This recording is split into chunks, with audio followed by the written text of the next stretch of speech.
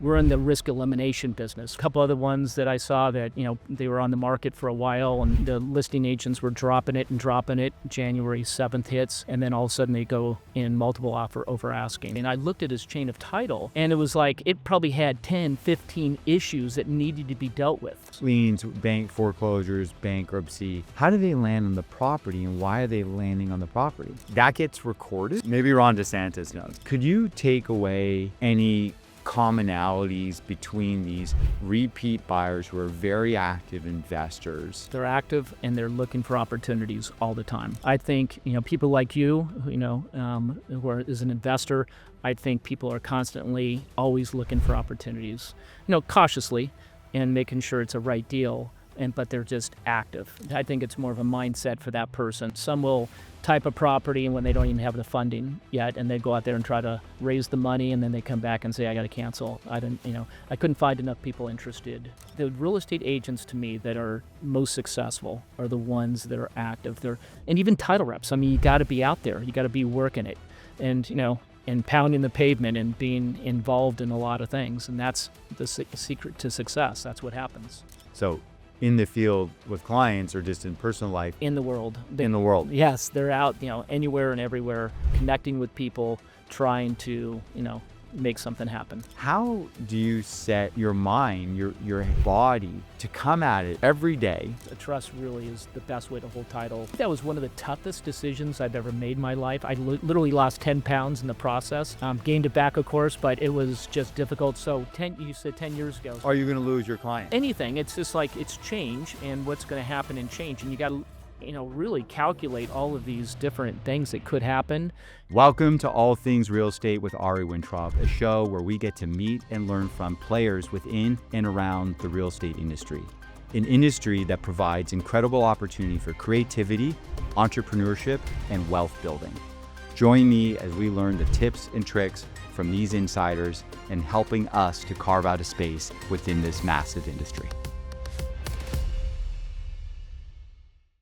Hey everyone, welcome to All Things Real Estate with Ari Wintraub. I'm really excited for today's guest, a title rep from Lawyers Title named Matt Granger. When I visioned doing a podcast, this was 4 or 5 years ago, I always thought Matt would be a great guest. Why? Because title is what controls a real estate transaction. Them in escrow see from the beginning to end who's in the escrow, who's in the transaction, who's buying, how they're buying it, why they're buying it, where they're buying it. And then this is the same on refinances. So Matt Granger has been a title rep that I use and a gentleman that I admire because to me, he is a consummate salesperson. And we're going to learn about that, his strategy and the work that he does and what real estate title transfer is all about. So without further ado, Matt Granger. Well, thank you, Ari. I like that intro. All right. Yes. I was looking forward to doing this a long time ago. I'm glad we finally got a chance to do it. Yeah, 100%. So I think like I was alluding to in the introduction, title for me, I think is a great way to get a lens into real estate and to learn more about real estate in California and how it's bought and how it's sold and how it's transferred and all the people that are involved with that. So to begin with, explain what you do, what a title rep does. Right. So what I do is I'm a sales rep. I'm a salesperson. So my job is to go out and bring in the business. And so I've been doing this 38 years. And so my niche turned into is being the technical side of it, really understanding how it all works. When something, goes wrong and they need information, how do we solve problems? How do we close deals ultimately? So that's really what my job is, to bring it in and make sure and help it close. That's what I do. Okay. So you're saying you come at it from a technical standpoint. Correct. Right. So different sales reps. Yes. In any industry, as a realtor. Yep. As a pharmaceutical rep, you are going to have your angle on how you're going to generate business. Correct. Your angle is being very technically proficient. Understanding the title. So I speak to the title officers, the advisory title officers, underwriters, and I can say that I feel like I'm very close to their same level as far as understanding an issue and resolving it to the, as fast as possible. Right. You're my title rep. Yep. And I call on you because I understand you have that proficiency. Right. You're a nice guy and you're available, but that's not the only reason I'm calling you. Although some people may rest their business on the fact that they're fun and they're personable and they go to their people's baseball games on the weekend. That's your angle into the business. Okay, so let's talk about where something can go wrong. If that's your proficiency, what can go wrong in what you guys do, which is title insurance. Right. So let's go back and get that concept. When there's a title rep involved, you guys are making money by selling title insurance. Correct. Why is a property transfer need title insurance? Right, yeah. So we insure, our job is to make sure that we issue clear title on each and every single transaction. So some properties are really easy. There's not too many problems. Some properties have old loans on them. Right now I'm dealing with a couple of properties that have old loans, 30 years plus, haven't been reconveyed. And so our job is to take care of these title issues. So when we close escrow, we're issuing clear title to the buyer. And you insure that. And we insure that. And we issue two different policies, one to the buyer as an owner's policy, we call it, and one to the lenders as a lender's policy. And the thing about title insurance is we don't close unless we can issue clear title. We get pushed into this gray area sometimes where we have to make a judgment call through our underwriters. But for the most part, our job is to issue clear title. Unlike casualty insurance where they take on risk, we're in the risk elimination business. We want to make sure that our buyers don't have title claims. And we do that by doing our job. Super. So were you putting title insurance in these properties? From what I would say, and I might have covered in the intro, you are the Westside title rep. So what's your neighborhood? So my territory, as we call it, is the Westside. So pretty much Brentwood, Santa Monica, Palisades, into the Beverly Hills, all over the Westside. So I have clients like you all over the Westside, pretty much all over everywhere that I deal with. But I really focus on my market is the Westside. Fantastic. And that's an exciting real estate market, some of the most expensive real estate in the world. It is. And some of that real estate is experiencing some major shifts right now. I saw you a couple months ago. It was a few weeks after the fires. And so what are some of the trends since that major uprooting real estate event on January 7th? What have you noticed? Yeah, so what happened right after that in January, it got very slow. You know, people were just trying to figure out what they're going to do. Everybody was in shock about what actually happened. And then since then, February and March. Were you in shock that it happened? Oh, yeah. I've been up there. I've seen it. It's just unbelievable. I mean, you see many fires. I mean, it just goes on and on and on. I drove through it yesterday, as a matter of fact, and it just doesn't end. It's just everywhere. And it's just shocking and unbelievable that it happened. And so many of your clients. And some of my clients, I probably know 100, 200 people who've lost everything. I mean, it's just sad. But what that happened is after January and February and March, people needed to do something. They needed to go someplace, find a place, and there's people that had money and that they started buying property. So I saw a lot of closings. Mostly in March. I expect them to this month as well, and people that had the resources to find a place that they needed to live in and buy it. After the initial couple weeks of shock, late January, they got into escrow. Correct. Yep. So I've seen that. So that's probably the biggest thing. And what was the most notable, remarkable sale event since then? Well, I've seen a couple. I mean, one that a property was listed for a certain price and it got sold for double the price. Yeah, that was Chevy Hills. It was Chevy Hills. Yeah. And then there was a couple other ones that I saw that, they were on the market for a while and the listing agents were dropping it. January 7th hits, and then all of a sudden they go in multiple offer over asking. So I think there's been a handful of those, but I think it's kind of settled down. I think people have, obviously found a place where they need to live, right? Short term, long term, but some people did buy properties. So this is a major real estate event, and since you've been doing this, you said 38 years. Yeah, okay. You must have started when you were a teenager. I was 24 years old when I started, so do the math. Yeah. And I want to come back to how you got started and hear that story. But on this trend of major shifts in real estate, which you observe, because on the transaction level, like I said, you're really at the forefront of the trends. What other major events have you worked through? So the Great Recession, 2008, 9, 10, 11. So I was going to tell you a story about that. So you've asked me if I've ever seen strange deals, tough deals. So back then, people were trying to save their properties, and they were doing anything. They were in upside down. They were Even in West LA. everywhere. I mean, during the recession, property values went down substantially. And they were over leveraged. And yes. And so people would, deed their properties to somebody they don't even know, and get that person to file a bankruptcy and really just mess up their title. And their titles were, and so I dealt with this one gentleman. He owned, Wait, so it was a way to retain it? he was trying. Yeah, If you get the title messed up, no one else would want it. Well, and you were in cahoots with the could, person. and they couldn't foreclose, and and that's what they were all trying to do, is postpone. And they're calling you, and you're like, well, then they called me afterwards. So now, he's back on his people feet. go and they put this mess together on their own. Yes. Okay. And then he wanted to sell his property, and I looked at his chain of title, and it was like it probably had 10, 15 issues that needed to be dealt with.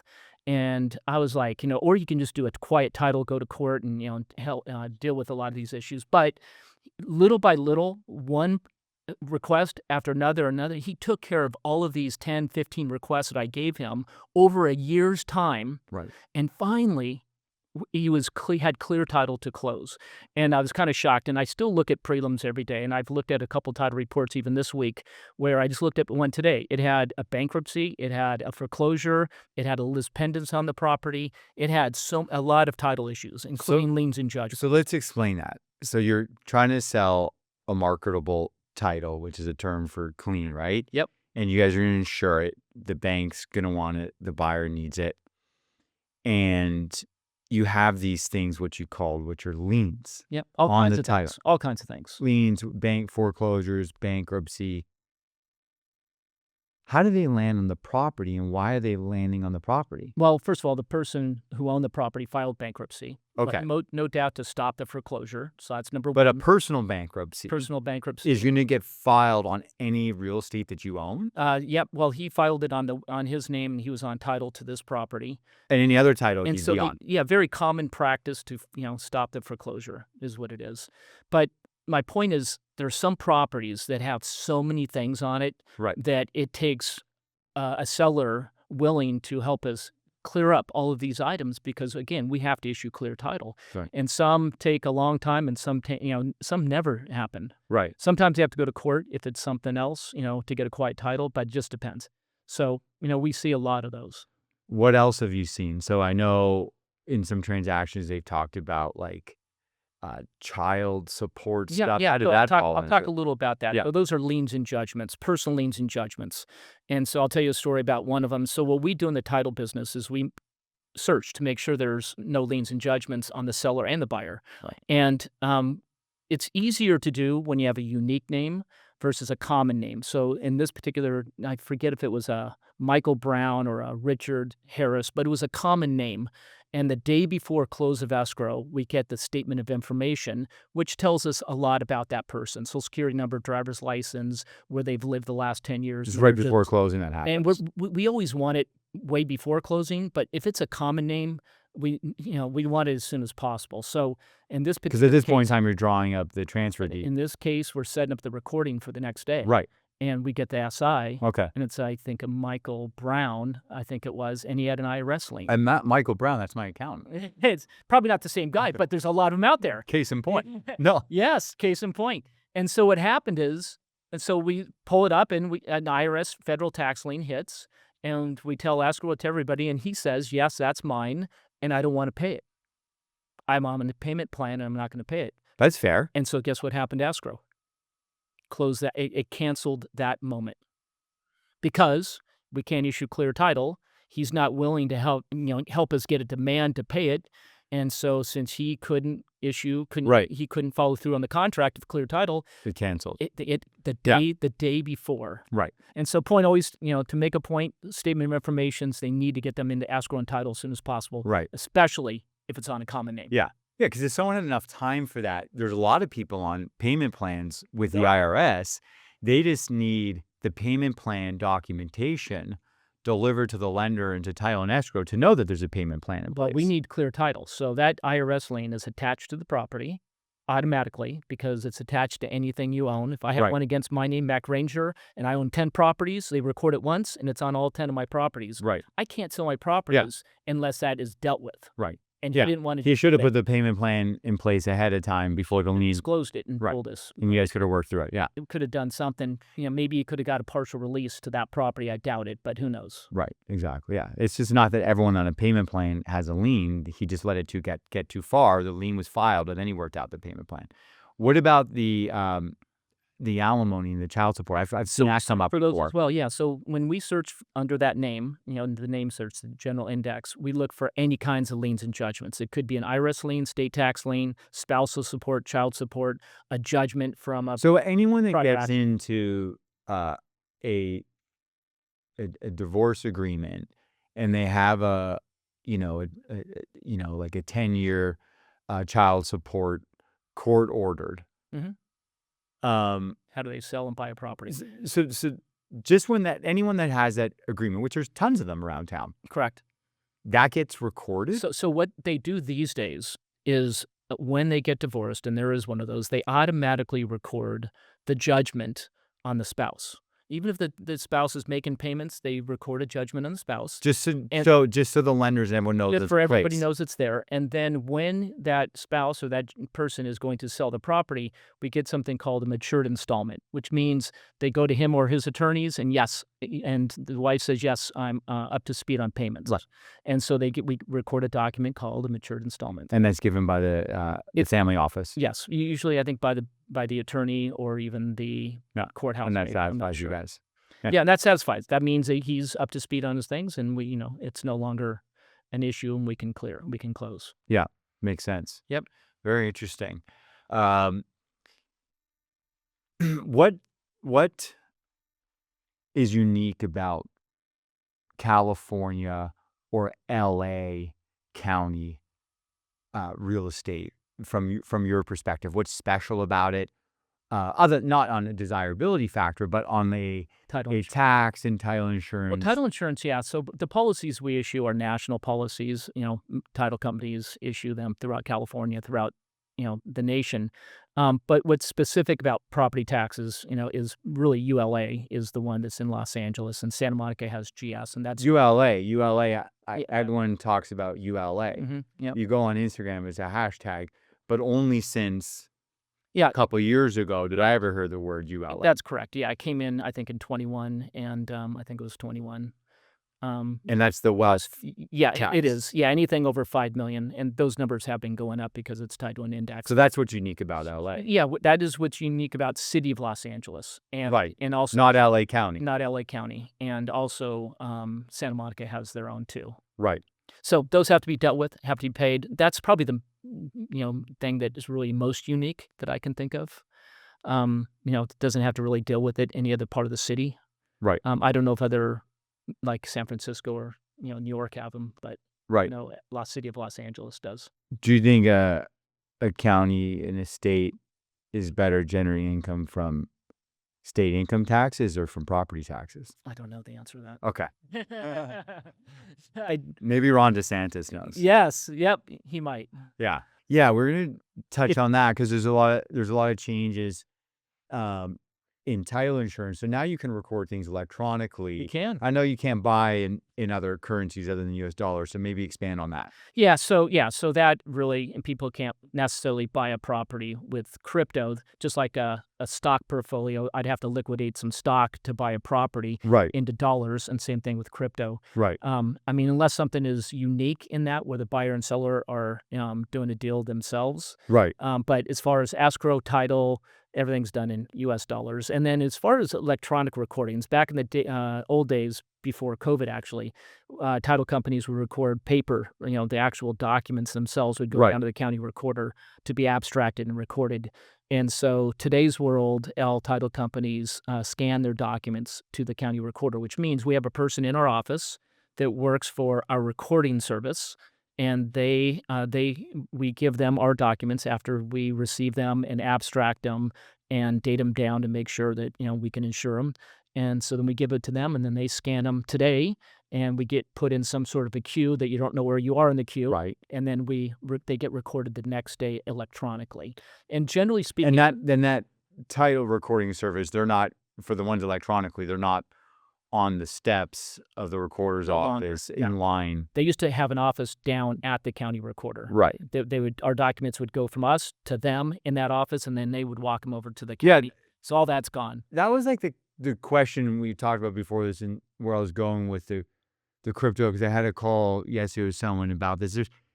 There's like fear and risk with, wire fraud and, Yeah. online theft, but there's expediency and there's safety as well in this. And so it's that balance I was sort of getting at, where, you know, you know, everything's gone electronic with you guys, um, and banking, more and more is electronic, and so it's that sort of balance of, is it safer to be doing wires for transfers, or Right. yeah, Wires are definitely, obviously, what everybody does these days.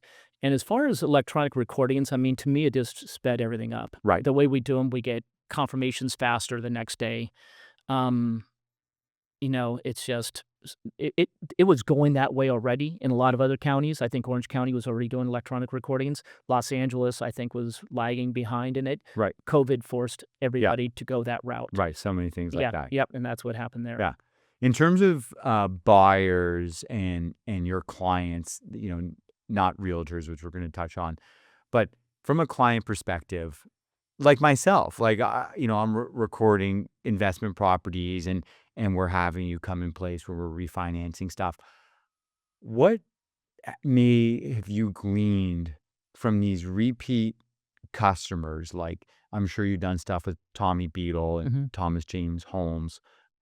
Could you take away any commonalities between these repeat buyers who are very active investors on, how they stay so consistent and how they stay so They're active and they're looking for opportunities all the time. really? That's what I think. Yeah. I think, people like you, as an investor, I think people are constantly always looking for opportunities, cautiously and making sure it's a right deal.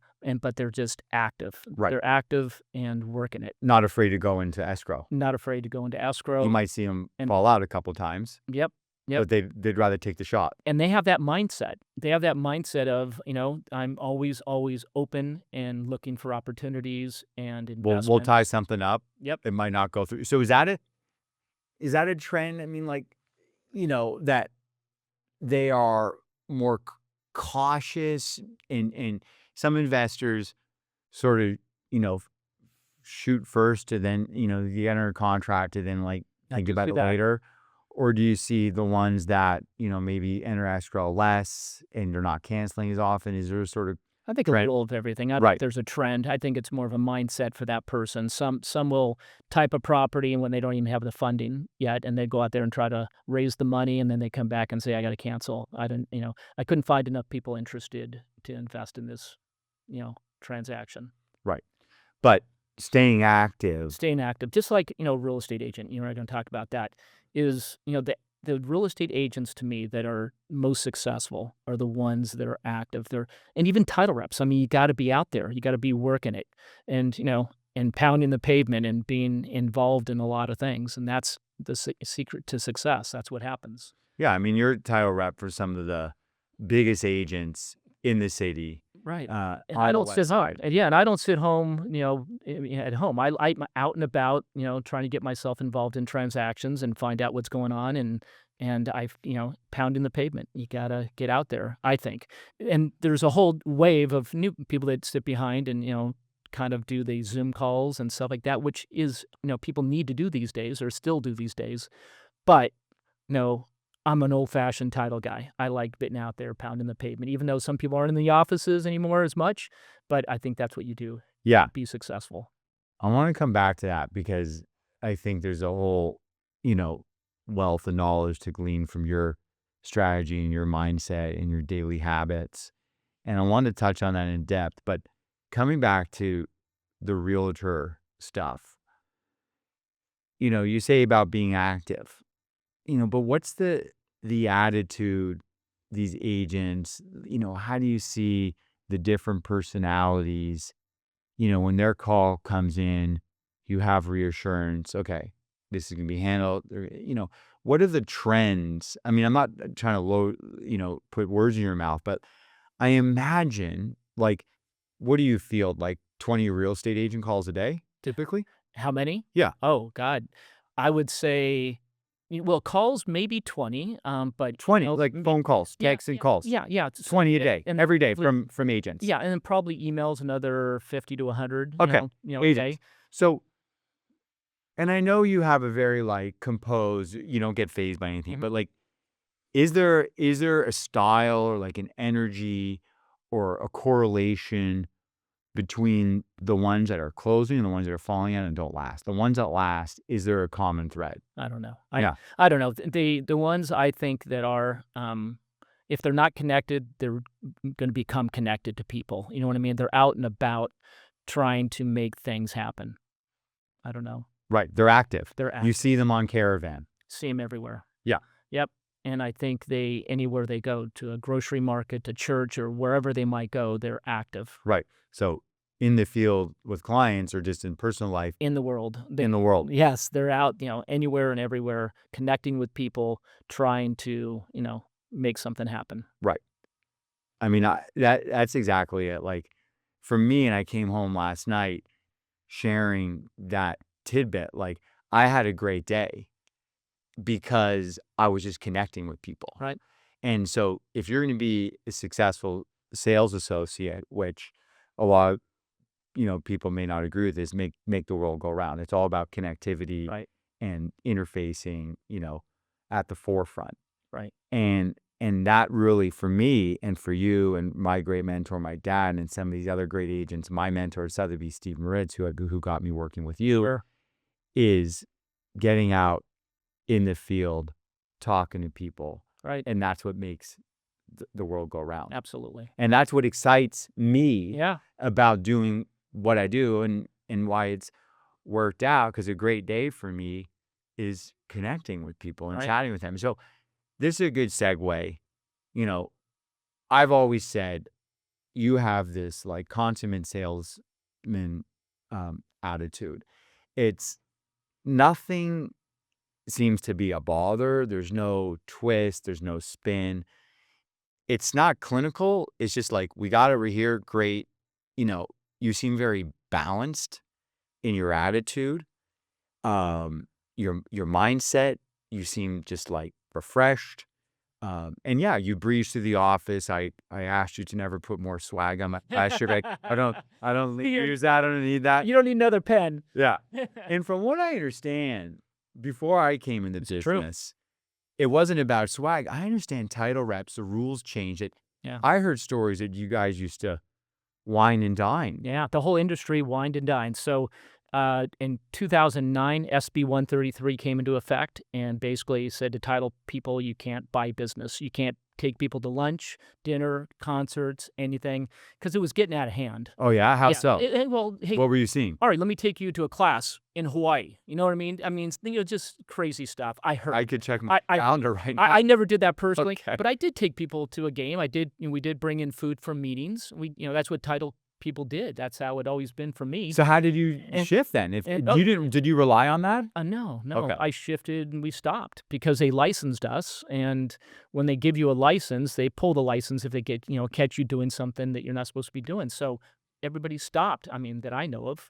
And if your business rested on that to prospect, Yeah, it might have been hard for people. it was definitely hard for a lot of reps. Right. My niche was more of the title, the technical side, so I already had all that, and so it was easy for me to let it go because, number one, you had no choice in the matter. Title reps today, they will lose their license. Yeah. If they get caught doing something, or they potentially can lose. What were some or get a stories? I mean, there's games and buffets, but anything else? Was it like? I don't know. It was crazy. I mean, it just it was. The title companies had suites, at the Staples Center back then and different things like that. So, you get tickets occasionally, dinners, that kind of stuff. Parties. Yeah, I mean, parties maybe. I don't know. Okay. But yeah, so that was a long time ago. I mean, 2009, it all stopped. Right. And any title rep that does it today is foolish. Yeah, I've never seen it. And, Yep. And the odd pen and none of that I want anyways. And it's true though, with sales, and I know there's different realtors, and I always tell people, you can come at it from different angles. You can be the technical proficient, knows every comp, every sale, every homeowner, every house, every transaction, or you can be the person that's at the farmer's market and hosting the best, holiday event. Sure. And everyone has their angle. And it sounds like for you, yours has been the knowledge, the technical know-how, the reliance. But I think in the end, ultimately, people are going to want to work with the people that they just click with. Like Yeah.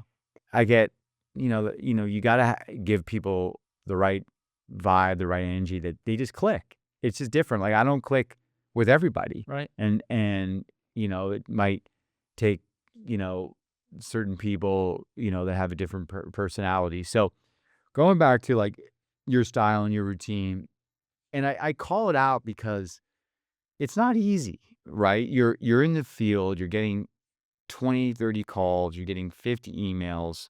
It's the same thing. It's just people always coming at you. And then you have, the task of being all over town, and then things aren't going through and it's a fire drill. How do you set your mind, your body to come at it every day, with like nothing's phased you. You're fresh and Well, thank you. no, but it's notable, and it's something that I admire and I strive to, and it's not easy. So how do you like, what's your routine? I know, and where do you think it comes from? Was it how you were raised? Is it just in your DNA? Is it something to do with your health routine? I know you cycle a lot. Yep, yep. So the answer to that is I believe in service first, prospecting second. So I believe my phone calls, my email, text messages are the most important thing of my day because, people are trying to get a hold of me to do something, and I try to be as fast as I can to get back to people with answers. And if I don't know the answer, I'll find the answer. If not, I'll point them in the right direction. So to me, it's service. And I think because of that, and you get a reputation of he answers the phone. I mean, a lot of people just, title reps maybe not don't answer the phone. I answer the phone. It's true. I can't. It's true, Matt. They don't all answer the phone. They don't. And my phone's right there. And if it's ringing, I'd love to answer right now, but I'm in the middle of something. But Yeah. they know that if I am not answering now, I'll call them back shortly Yeah. because I do. That's the most important thing to me. And then, hopefully you have the knowledge to answer the questions. Right. And that's what I've really strived for. Yeah, but where do you get the energy for it? I don't know. It's just what I do. It's just how it works with me. So what do you do? It's what I enjoy. It's the part about the business that I really Right. enjoy, and getting back and taking care of things. I don't Yeah. know. But where do you get the energy? I mean, like you Uh, outside of working, how many miles do you ride it? I ride, 3-4 times a week if I can. 100 miles a week? Yeah, at least. You've been doing that your whole career? I've been doing that since I was in my 30s. Yeah. Yeah. So it's my hobby that What time do you wake up? I usually get up at 5, and then I'm on my bike 6 to 8, and then then on Saturday and Sunday rides in the morning. So And I think you told me you got your wife into riding. You guys got the e-bikes now. So she has an e-bike, and yeah, I have a mountain e-bike, and so we do take it out, and it's enjoyable. I mean, for some people, riding is just suffering. So my wife enjoys an e-bike. Yeah. They're fun. What's the different way that you see people taking title? Because that's a big thing It is. in title. Is, vesting and, assigning and LLCs and trust. We just took title on something we couldn't use you. I can't use you when I'm, Sure. representing a buyer. Although something I just sent you today, and that's a case in point. Like, and I say this to people, right? We got other realtors and colleagues of mine, listening, and it really, this stuff, parlays to any industry. But people call me, they want to get a lease for $3,000. They, I'm not going to help you, but I can, you're better off on Zillow, but I can always look at your lease and review it for you and give you some tips and tricks on, and some pointers to come back and have looked at. Same with you. Like, you're not my title rep when I'm representing a buyer, as a seller, I can ask for you to be the rep. So I'll send you all my prelims that come up when I'm representing a buyer, and you'll look at them for me, and it's no cause, no benefit, but it's a service for me. Sure. That will have me coming back and identifying you and using you when I'm representing a seller. And then on one today, I think it turned out that it's in your company. So then you're going to get credit for it. Correct. Right. Yeah, I probably spend a lot of my day looking at title reports and property profiles.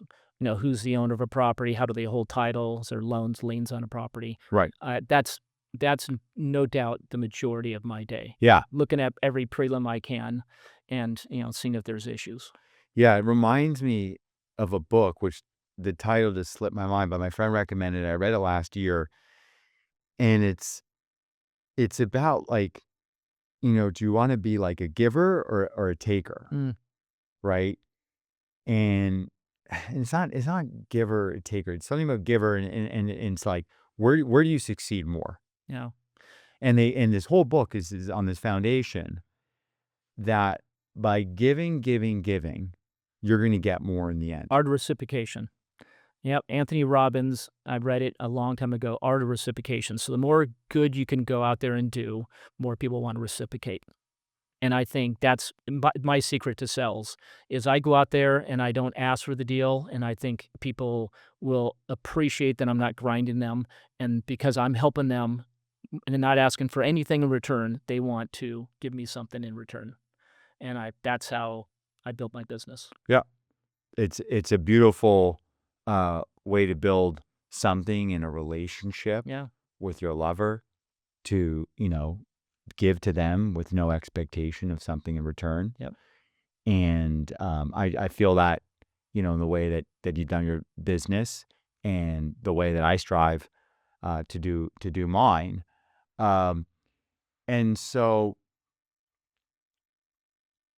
what are the different ways that and that might be quite boring and compared to the stuff we're just touching on, but I got off track because I was talking about the way when we were buying something I couldn't use you. Sure. And that's what's interesting. I almost felt like I need to apologize to you because you're such a service provider, right?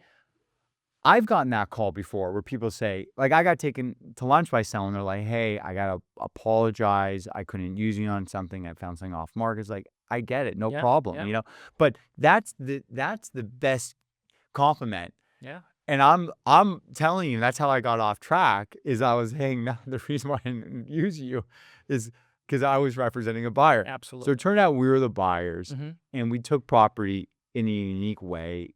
I have just felt like I'm getting tied up a little bit with the different LLCs. Yeah. And the benefits aren't necessarily outweighing the cost of, forming an LLC and filing the $800 every year and the attorney and all that. So we took 3 different individuals as tenants in common. And so what unique ways are you seeing, developers or buyers or kids and families and trusts? Yeah, so most our developers are LLCs, or buying apartment buildings, commercial properties. Most are LLCs just for the liability standpoint, I think.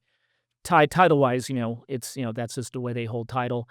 And, if someone's buying a house or something like that, usually it's in their trust. Trust is always the best way to hold title because it avoids probate. It also avoids... What's probate? Probate if someone dies and you're in title as an individual, and it goes to probate to decide who is the, authority to sell the property. So anything where someone dies and they don't own in a trust as an individual goes to probate? Correct. If there's no will. Well, they probate the will. That's what gets probated is the will, or if there is no will, but that's what probate does. They see if there's a will or if there's not a will. That's probate without court confirmation. But, court confirmation is something different. That's way more complicated. It's a little more complicated. That's when there's no will. I don't know the answer. Okay. But from the title perspective, if someone dies and as an individual, it's part of their estate gets probated and they name somebody who can have the authority to act. And it's usually an executor or... The probate will help do that. The probate does. Right. Unless there is a will. Well, they probate the will, so the They will, probate the will. that's part of the probate. And then the probate is following the will's instructions. Correct. So what the best way to hold title is a trust. And so if you have a property in a trust, number one is it avoids probate. Number Right. two is if someone's not of sound mind, it has provisions in it for somebody else to act as a successor trustee, where if you're an individual and you're not of sound mind, but you're alive, so it's no probate, they do a conservatorship, which is like doing a probate on a live person because, the person's no longer of sound mind, hold title in the property in their own name, and so they can't act. So they would have to do a conservatorship. But So that's all laid out in the trust. it's all laid out in a trust, and so that's just a trust really is the best way to hold title. If I'm ever asked, that's my answer. Outside of that, joint tenancies, husband and wife joint tenancies, husband and wife is community property with right of survivorship. There's options, and sometimes But even you have to talk even to CPA. right, of course. Even as husband and wife, Mm-hmm. One dies, no probate. Correct. Because they own his community property. Well, community property with right of survivorship. Correct. Correct. That's how most title. That's how my husband and wife own. That's the common way. That's the common way. No probate needed. But Husband dies, it goes to wife, no probate. But if one is not of sound mind, and now your husband and wife is community property with right of survivorship, and one of them is no longer of sound mind, that's a conservatorship. Right. There's nobody. Exactly. Nobody Unless has, they had the trust. nobody has the sword. Unless Joe and Linda Smith Correct. had the Joe and Linda Smith living trust. Right. Then that wouldn't the successor trustee of sound mind would all be out late. Exactly. Yeah, that's very interesting, and I've been moving stuff more into a trust and realizing and that reminds me the benefit is, you're going to go to probate if you die as an unmarried person. Correct. You're going to go to probate unless everything's in a trust. Correct. Yeah. And what about any other ways that you're seeing people, expedite things or anything through 1031 exchanges or Don't know. yeah, Don't know about that. exactly. Yeah. Yep. Got it. No, makes sense. No, well, to kind of like wind it down, and then we kind of bounced around, but it's been great because you've been very clear, into what you do. You are a service provider. Right. You're not a lead generator. No. You give people service. You provide a service that people need, and you're available to do that with a knowledgeable ability. You know what you know about and what you don't. Right. And you're out there reminding people that you're here, even if you whip through our office all the 2-minute cycle. Okay. I was in and out today, like in 5 minutes. And you pick up your phone. It's a very simple business plan. Yeah. It's worked incredibly well. Well, now what's going to happen next? Because now I understand your son-in-law and your daughter, they're coming in. And so what's the succession plan and how's that going to work? Yeah, so Lacey, my daughter's been working with me for 5 or 6 years now as my assistant. So she really helps me. She just had a baby, so she works from home now, which right now she's answering my emails. And then my son-in-law, Luca, he's been a title rep for us for 5 or 6 years as well. And he's had his own marketplace, and so I brought him in as a partner of mine. Fantastic. Because he really, works with the younger crowd, people, and because he knows these databases, these farming tools, title tools, as we call them, which is not my niche. Right. And what's really great is because my niche is the technical side and Right. really that side, and his is that. So, he gets to learn my side more and more. I don't have any plans on retiring. But one day, For sure. I will. Who knows when? But and no doubt, Lacey and Luca will be, working it. Fantastic. Just- Yeah, and it strengthens the service now that you guys have that. It helps. So It helped cool. me so much because people ask me those questions, and if I didn't have them, I wouldn't even know what to do. Yeah. No, you're very honest, gentlemen, and people that say they can do everything and anything and they got you. Yeah. It's not true. It's not true. And that's very fair and appreciated. So I always like to ask guests this round of questions at the Sure. end, and we're sort of touching on the first one, but 3 years from now, where would you want to be? Just where I am now. Okay, great. Yep. No plans Yeah. changed. Fantastic. And if you can go back 10 years ago, what would you have done And different? you know what's interesting about that question for me specifically? What's the question? 10 years. Okay. So 10 years ago, I made a huge change in my life. I went from an old title company that I was at for 28 years, and I moved over to Lawyer's Title. And it was one of the toughest things I've ever done. So that happened right when I started in the business, 2014. 2014. And it was And then the guy that they brought in yeah. at Equity was Equity. Yeah. To replace you, everyone said he was your doppelganger. Yes. Yep. Great. A little less Patrick, handsome. really nice guy. And so, yeah, but for me, that was one of the toughest decisions I've ever made in my life. I literally lost 10 pounds in the process, gained it back, of course, but it was just difficult. So you said 10 years ago. So Are you going to lose your clients? well, what, Now no longer the Sotheby's in-house yeah, title rep. well, anything. It's just like it's change and what's going to happen in change, and you got to really calculate all of these different things that could happen. And I did that really well. And to answer your question, it was the best decision I've ever made. Really worked out well for me for many, many reasons.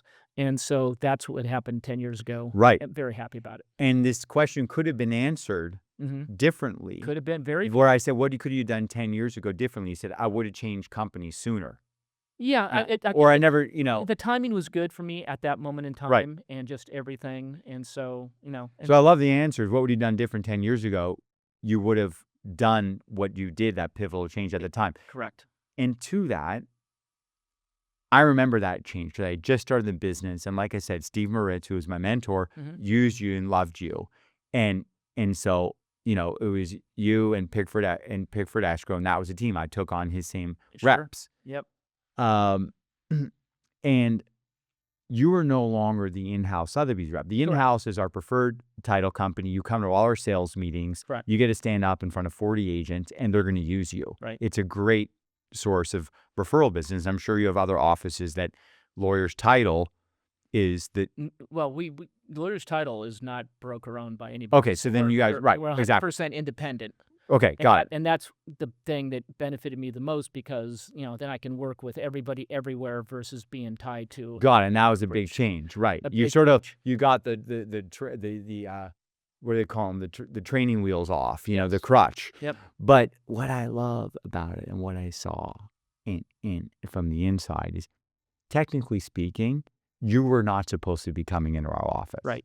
Technically speaking. But because of who you are, it was fine. Right. Our managers knew it was happening and were fully open, and there was no issue. Why?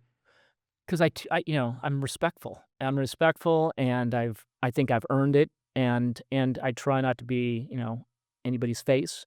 I'm not trying. Look, here's I try to just do what I do best. And you do it best, and that's the end. So Sotheby's might partner with a certain brand and its affiliated businesses, but they're choosing that. They weren't choosing our managers. Sure. If they can choose, and so you're coming in, and I love to see that and the comfort that you were able to change and become a free agent, and yet still have the benefits. That's a good way of saying it. A free agent. Yeah. Well, I love that you're a free agent and that you were free enough to come and do this interview and share with me more about title and the things that I didn't know, and hopefully people glean from. And thanks for being a resource and coming out here Well, today. thanks for inviting me. All right, Enjoyed it. All right. A lot of fun. Thanks. All right, you got it. Yeah, cheers. Cheers.